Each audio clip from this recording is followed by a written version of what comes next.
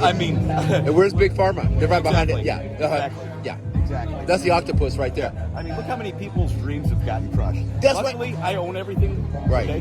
That I own my property. I own everything. I'm not dead, but a lot of people that should kill them.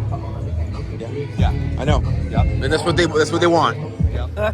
We gonna break them shackles of the LCB. That's what I'm talking about. My hand too big. I had to squeeze mine in. The gloves don't fit. Everybody go. Can I get out? No, Yeah, I never can get out. That's how they want us, trapped in the shackles. We gonna break free though. That's right. That's right. It's totally bogus, and that's another reason that a lot of us voted against I-502. But the thing about America is that the people with the corporate money have the power, and if you can pay, you can play. So it's really good, to be an event like this that's got a lot of heart, man, and soul, and really, speaks the message, man, that we're trying to get through. And that makes me really happy. The other thing, that I think Chris was talking about was the medical marijuana scene that we had before. And we had, a whole medical cannabis scene. They had supply chains, and they had, the whole thing going on. And they could have easily just said, let's take the dispensaries and let them switch over to retail stores, right? And no, they had to shut all that shit down and reinvent the wheel and have this bogus lottery system. And like Chris was saying, this bogus kind of window dressing social equity thing, which is not really social equity at all. And it's just a buzzword. But like Chris was saying, 502, I see it not as legalization, I see it as commoditization. Christopher King, guys, give it up. All right, folks, let's get right to it.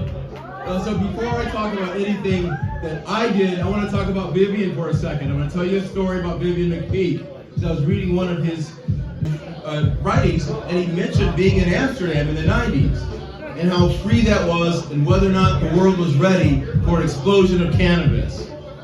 And the funny thing is, I was in Amsterdam in the 90s being free and walking around free. And if we can remember what that was like, you could walk around anywhere. At the time, when I moved here before 502, I had to walk around and get what I needed, And it didn't have to be governed by anybody, like sealed jars and things that you can't even access the product anymore. And you could just actually taste the bud. You could just get real product that you could trust. And we don't have that anymore. And what we have is a system that was brought in here strictly for money.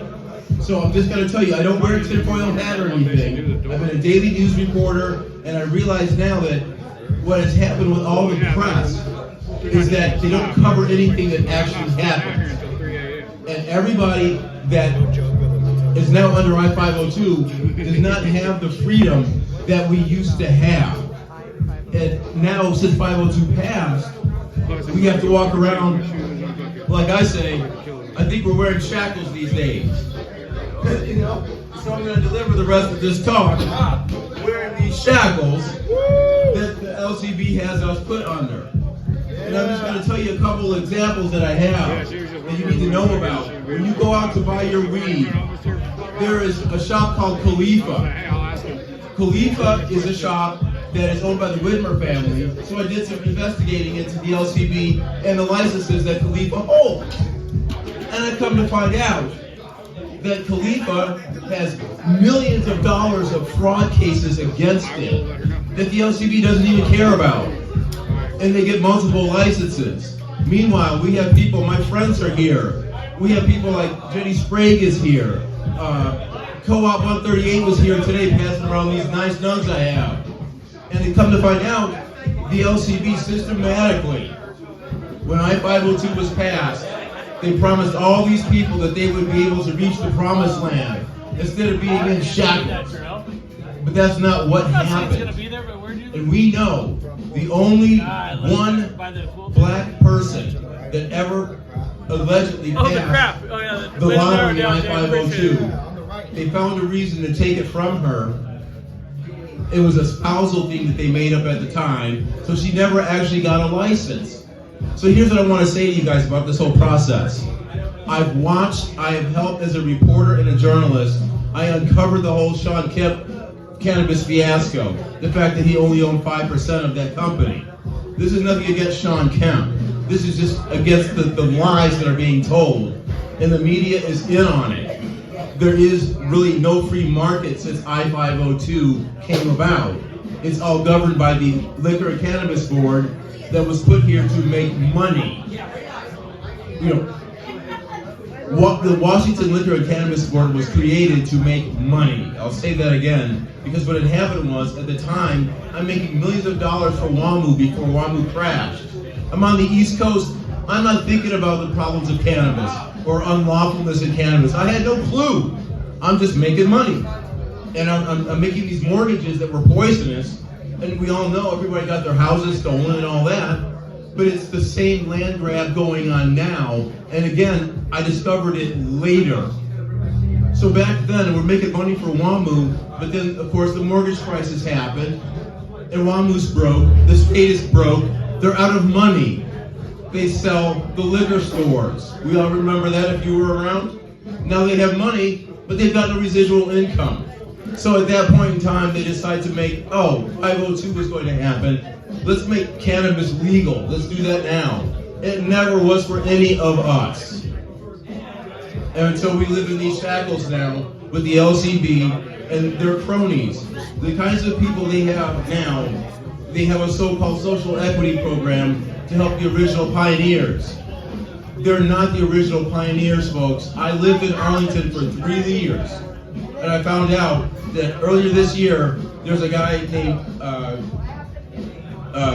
Dennis Turner on Cloud9 Cannabis, downtown Arlington. They're promoting him with King 5 and saying that he's a true social equity candidate.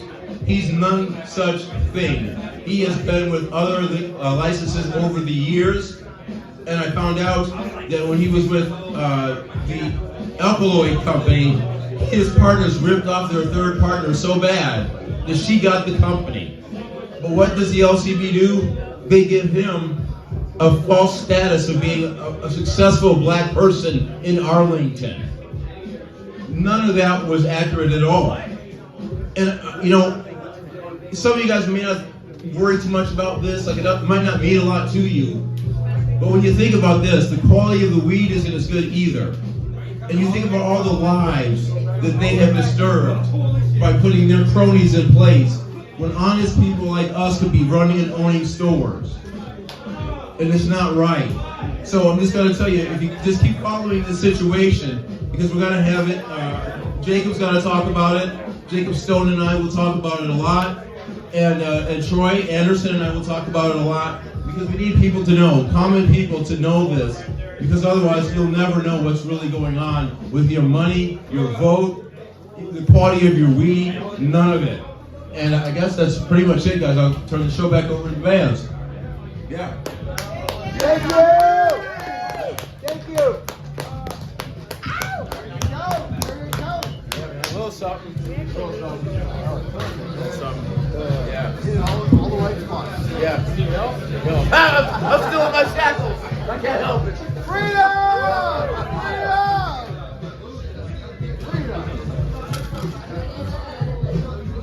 Freedom! We're here with KingCast, and this young lady just walked by and said, "Nice talk last night." And I was getting ready to explain to them what happened and how my video got evaporated from Facebook. Yeah. So, yeah, when I posted it last night, and I recorded Vivian too, and I'm going to put them both up later. Yeah. But last night, my shit just disappeared, and I got people saw it in real time. People were starting to watch it, and it just went away. Wow. Yeah, I'll give you my Facebook page, and you can see what happened. Because I took screenshots while it was happening. Yeah. Well, so what did you think about the talk last night? No, I enjoyed it. Listen, I'm one of those people that I appreciate law and order. I appreciate our Constitution, and I appreciate our rights. But I'm also one of those people that hate the police. I'm one of those people that hate our government. I'm one of those people that, I'm from Oregon. Yeah. And I'm that close to joining the Oregon Tea Party because I'm just so fed up. Well, you know, this gets interesting because I was raised in the Democratic milieu. I was too. You know, yeah. but to me, I think they're all the same animal pretty much. But I was a state lawyer. I believed in government and all that stuff. And then I look around and I see what's been going on, and I don't like it. Yeah, I don't like it either. Right. And I'm also one of those people that believe that if you don't flex your rights, you lose your rights. That's right. You know, and there's not enough people that understand what their rights are. I mean, you ask a cop to tell you what the First Amendment is, and he's not going to be able to. Most times, yeah, You know, right. you're like, no, there's 5 elements. Do them all. Let's hit them all. Let's hit them all. Right. So, so let's do it for the people out there, okay? Speech, religion, association, assembly, yeah. Right to petition. If I left anything out. No. Okay. So now. And them deleting your shit from Facebook, in my opinion, goes against that. Well, yeah, and see, but this is so. I've sued Facebook before they covered it up because basically they're protected by the statute. Sure. I forget the number now. It's been a couple of years, but I came back with another argument on unconscionability. Yeah. Now the judge in that case wrote a new opinion on unconscionability like 4 years ago. It's Wadler versus Custard. And so my point about Facebook, I didn't center on the First Amendment argument, even though that's another argument that's valid too. If you guys look up the Pruneyard case, but. In any event, Pruneyard's another case where a venue that was traditionally may have been made for something else, but had been traditionally used as a public venue for stump speeches and the town hall. Well, those shopping centers that were private, they started blocking people who I think were Jehovah's Witnesses from passing flyers. And the court said, no, if you allow other people to pass flyers, you have to let them pass flyers too. So that argument should extend to Facebook because Facebook was created, it was called the marketplace of ideas. Right. Remember? Sure, yeah. Remember Mark Zuckerberg? Remember that? Limited public forums, yeah. Yes, and so you have that whole issue. You know exactly what's up. Yeah, Chris King. Yeah, Don Fisher. Nice to meet you. Yeah, so we have that piece, and then coming back to what the judge did on unconscionability, you have the terms broadly unacceptable, like enforced terms, adhesion clause terms of a contract, and they run around and do whatever they can with impunity. So now they're That's the problem. Yeah, so like the government likes Facebook because it's basically an arm of the government now, and they can spy on us, they can silence us, and get away scot-free. Yeah, not just can. Do, as we saw last night. Yeah, absolutely. Any closing comments? No, I'm just really glad that you, spoke up. I wish other people would have paid more attention because we need individuals, in every aspect of we the people's rights and responsibilities as Americans. So. Yeah, and by the way, I have spoken in alignment with the Tea Party before on how to record video in courtrooms, how to do these things. I was the first non-commercial journalist recognized by the Supreme Judicial Court in Massachusetts. So I'm not here to fuck around, all right? But they're here to fuck me. Yeah. And I'm like, fuck you too. Nice to meet you. Nice to meet you too. Thank you so much for everything. Oh, yeah. We'll get the Facebooks going now. I gotta go check out my room now. Okay, yeah.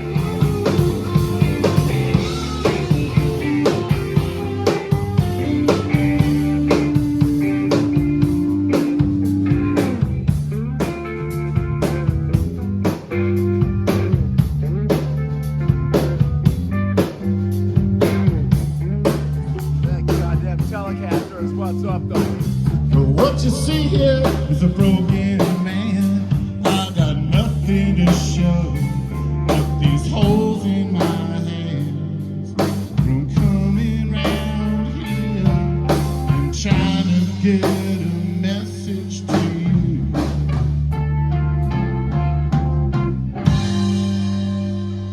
Yes, brother, yes. And it's really good to be here on 420, man, and be with the people, man, making it happen, and raising the temperature a little bit. And a lot of things have happened since this quasi-legalization came around. I kind of call it commoditization because I don't consider it legalization. But before I go into that, I just want to give a call out to my brother Dave Dammit Mesford. who was a Hempfest Corps member and Hempfest Safety Patrol.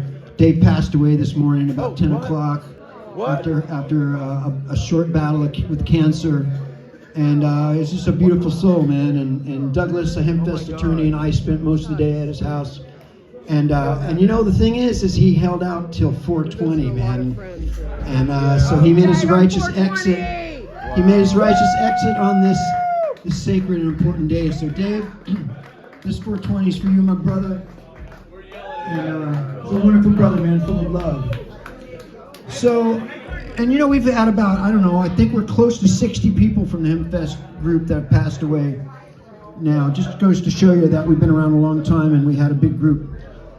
But you know, like Chris was saying, 502, I see it not as legalization, I see it as commoditization. And there's some good things that happen. You know, 38 states now have legal medical, and 24 states have legal recreational weed. And there's brick and mortar stores. If you're 20 years old, maybe even 22, 23, you might not remember a time when you couldn't go to a store and buy some weed.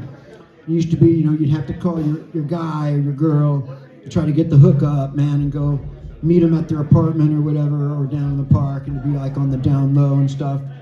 So a lot has changed, you know, and you get pulled over in Washington State, and the cop, you know, you roll down your window and it smells like weed. They can't search your car anymore because it's not probable cause. And there's a lot of good stuff that's been going on, but at the same time, there's 40,000 Americans in jails and prisons for pot still. A couple dozen serving life in prison. My version of legalization was always that there wouldn't be people in prison over pot. So they made it a commodity, and that's kind of what's going on. And there are all these legacy people, you know, in Southern California, Northern California, the Oregon coast, and some people. 5 years for 2 pounds. So there you go, man. Yep. Hard time. And there's people that were growing in Humboldt for 20, 30, 40 years, and there's an entire pot economy there. And their dream was that someday it was going to be legal and they could go legit, you know, and they could keep doing what they're doing. They wouldn't have to worry about getting arrested and stuff. And what's happening is because of this kind of corporate model, this corporate 502 type model, which has been imported all over the country. And you know, most of us at Hempfest, not all of us, but a lot of us voted against 502. I voted against 502 because we knew that it was a bad model and that we'd be stuck with it. And of course, since we were one of the first, Colorado and Washington, we knew that model was going to be marketed all over the country. And that's exactly what's happened.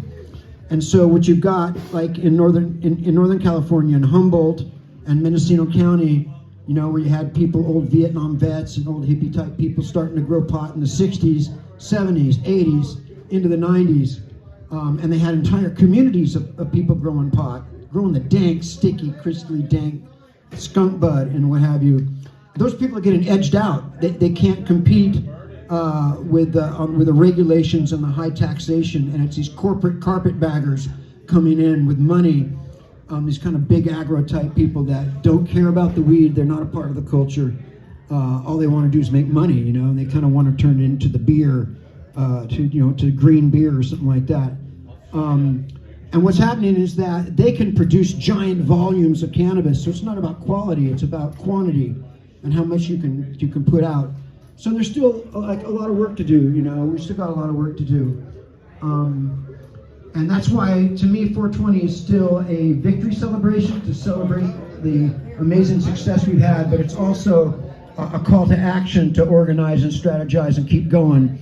And there's a lot of complacency, and my brothers and sisters that are in the cannabis reform movement that have been, you know, activists, and there's still people fighting in a lot of states, you know, when almost one more than half the states are still illegal, still don't have legal cannabis. And there's kind of this complacency in Washington and Colorado and California and Ohio and these places that have quasi-legalized. Isn't it legal, they say? You know, well, you still guys doing that? Isn't it legal? No, cannabis is federally illegal. And the wrong president could come in and the stroke of a pen, and in 6 months, every pot store in America could be shut down because it's federally illegal.